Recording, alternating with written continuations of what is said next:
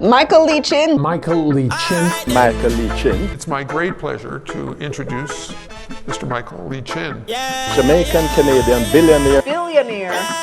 Self-made billionaire. What if I told you one of Jamaica's richest started with nothing? From Port Antonio to billionaire financial mogul, this is Michael Lee Chin's incredible story.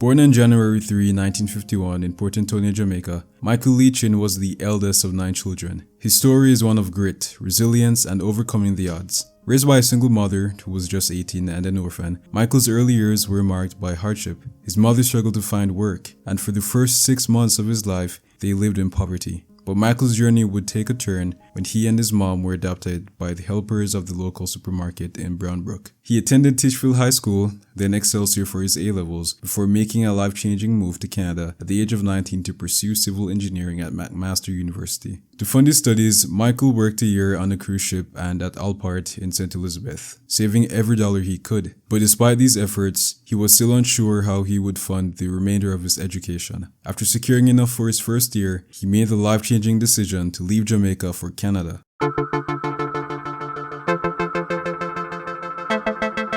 Upon arriving in Canada, Michael had to face a new challenge. He found work laying sod on the McMaster University campus to help cover his living expenses. After saving $600, he was still short of $1,400 to continue his studies. But Michael wasn't one to back down from adversity. He wrote a letter to then Jamaican Prime Minister Hugh Shearer asking for financial assistance. To his surprise, a month later, he received a personal invitation to meet. Determined, Michael scraped together $200 from his savings, returned to Jamaica, and met with the permanent secretary. There, he presented his grades and was awarded $5,000, far more than the $2,000 he had requested. Michael's gratitude for Jamaica would remain strong, and he continued to send money back home to support his family. Before graduating in 1974, he worked as a bouncer for some time at a student pub in Hamilton, Ontario. But Michael didn't stop there. His journey took a unique turn in 1976 when he returned to Canada from working as a road engineer for the Jamaican government and faced a series of rejections after sending out 100 resumes for engineering jobs, receiving 100 rejections. He was left with 3 non-engineering job offers: selling soap, being a long-haul truck driver, or selling mutual funds. Having no clue what a mutual fund was, he chose the latter and set out to master the craft.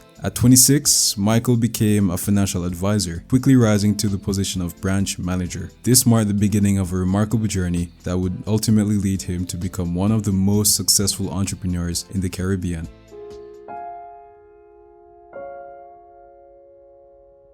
Despite not fitting into the typical Canadian mold, and at the time when Canada wasn't as cosmopolitan as it is today, Michael didn't back down. He made cold calls, visited potential clients, and eventually built a reputation for transforming their financial futures. He felt indebted to them, resolved to make them wealthy, and in doing so, grew his own wealth exponentially. In 1977, Michael began to ponder if there was a formula for wealth creation. By 1980, he had codified a framework that he believed was as straightforward as mixing 2 hydrogen atoms and 1 oxygen atom to create water. Through his observations of self-made wealthy individuals, he identified 5 key principles they followed. 1. Owning a few high-quality businesses. Wealthy individuals don't spread themselves too thin. Instead, they focus on owning and operating a few businesses that they truly understand, allowing them to exert control and maximize value. Michael followed this approach in building his financial empire by acquiring and focusing on high-quality, well-understood businesses. 2. Understanding those businesses inside and out. Michael knew that true success came from having in-depth knowledge of the businesses he owned, making sure he had a clear understanding of what made each business tick. 3. Operating in industries with long-term growth potential. Michael's wealth was built on the principle of strategic investments in industries poised for sustainable long-term growth. By identifying sectors with the potential for lasting success, he was able to ensure that his investments continued to pay off in the long run. 4. Using other people's money to build wealth. One of Michael's core strategies was leveraging other people's money. He didn't shy away from borrowing capital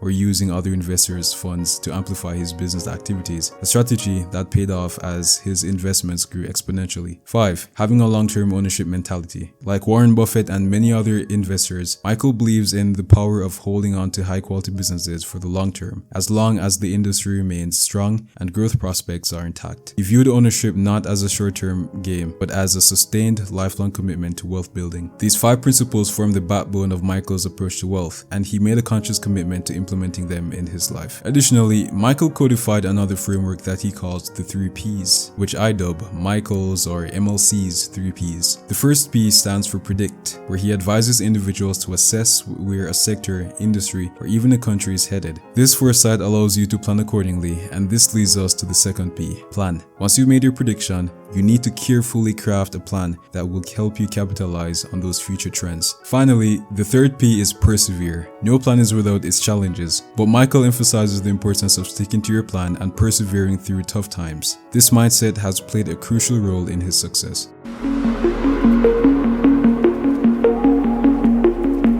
By 1983, Michael predicted that the asset management business would experience long-term growth, driven by the baby boomer generation's eventual shift from consumption to saving and investing for retirement. He saw this demographic trend as a crucial signal for wealth creation. At the age of 32, Michael borrowed money to purchase $500,000 worth of Mackenzie Financial stock, which at the time was selling for $1 per share. His understanding of the business and industry gained from years of selling their mutual fund paid off, and 4 years later, the stock had appreciated 7-fold. He used his capital gains to make his first major acquisition, AIC Limited, a small Ontario-based investment firm. Within 20 years, AIC grew to over $15 billion in assets under management. His investment philosophy was simple: seek out inefficiencies, look for gaps in perception versus reality, and identify undervalued opportunities. He applied these principles in Jamaica, recognizing the undervalued real estate market post-financial crisis and seeing an opportunity to invest in NCB. By 2002, he acquired NCB, leveraging its deep emotional connection with Jamaican customers, turned it into a highly profitable venture. In 2023, Michael made headlines for selling some high-value assets, including his mega yacht, Apple, which he sold at a profit of $62 million. While some speculated that this was in preparation for an incoming recession, Michael has been positioning himself, or his pockets, for something even more significant: his entry into the Sunrise nuclear energy industry. Through Portland Holdings, Michael has partnered with the Canadian Nuclear Laboratory to explore opportunities in nuclear energy and nuclear oncology. Given his track record of identifying and capitalizing on emerging industries, it's clear that this is a space we should all keep an eye on. MLC's strategic foresight and ability to adapt to new markets have solidified his place as an influential player, and his next moves in the nuclear energy sector could make him an agent of change in the global energy landscape.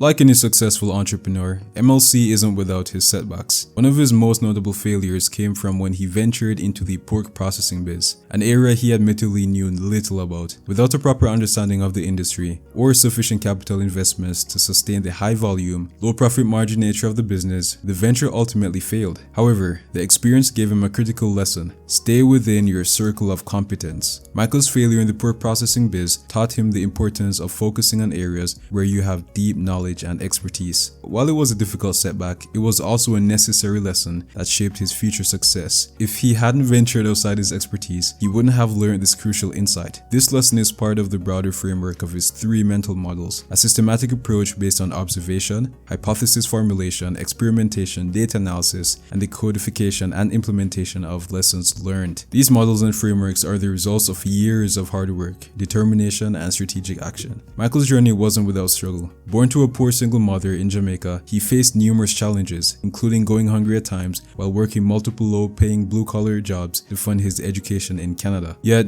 through these challenges, he found ways to seize opportunities, execute long-term strategies, and ultimately thrive. There are several key lessons aspiring entrepreneurs can draw from Michael's life and approach to business. Work within your strengths. As seen in his pork processing failure, staying within your circle of competence is vital. If you're venturing into a new industry, ensure you have the necessary knowledge, resources, or support to navigate it. Don't be afraid to take risks. Michael didn't let adversity or uncertainty deter him. Whether it was borrowing money to invest in McKinsey Financial or jumping into the mutual funds business without prior knowledge, he took calculated risks that paid off. Focus on long-term strategies. Michael's success didn't come from short-term thinking. His mantra of do well and do good reflects his long-term vision for both business and philanthropy. He believed in making decisions that had lasting positive effects, not just for him, but for others as well. Leverage your knowledge to identify opportunities. Michael's wealth building philosophy is built on the idea of recognizing and capitalizing on gaps in the market, inefficiencies, and opportunities before they become obvious to others. His ability to predict trends and act on them was a key factor in his success, from acquiring NCB to his strategic investments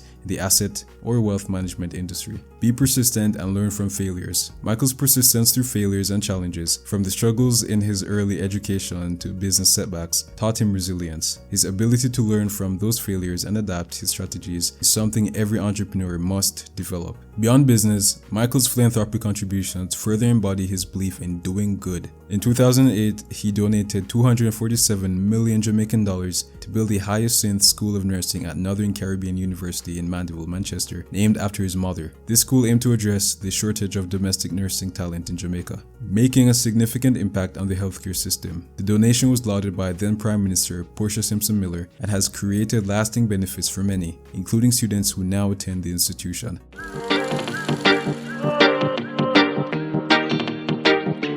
Michael's journey demonstrates that success in business isn't just about amassing wealth, it's also about giving back and improving the lives of others. His story is a blueprint for anyone looking to build a business with purpose and long-term sustainability. It's a masterclass in ambition, resilience, and strategic action. Whether you're an entrepreneur, a dreamer, or someone eager to turn your goals into reality, his lessons are timeless. To help you apply these insights, I've created templates and a guide to Michael's 3 powerful frameworks: the 3 P's, his wealth formula, and his investment preconditions, as well as an exclusive, cohesive framework that synthesizes all 3 into one actionable guide. If this video inspired you, don't keep it to yourself. Share it with someone who needs that extra push today. And don't forget to subscribe and hit that notification bell for more in-depth stories that shape strategies and lessons that build legacies. Until next time, keep dreaming big, executing even bigger, and turning those dreams into reality. See you in the next video.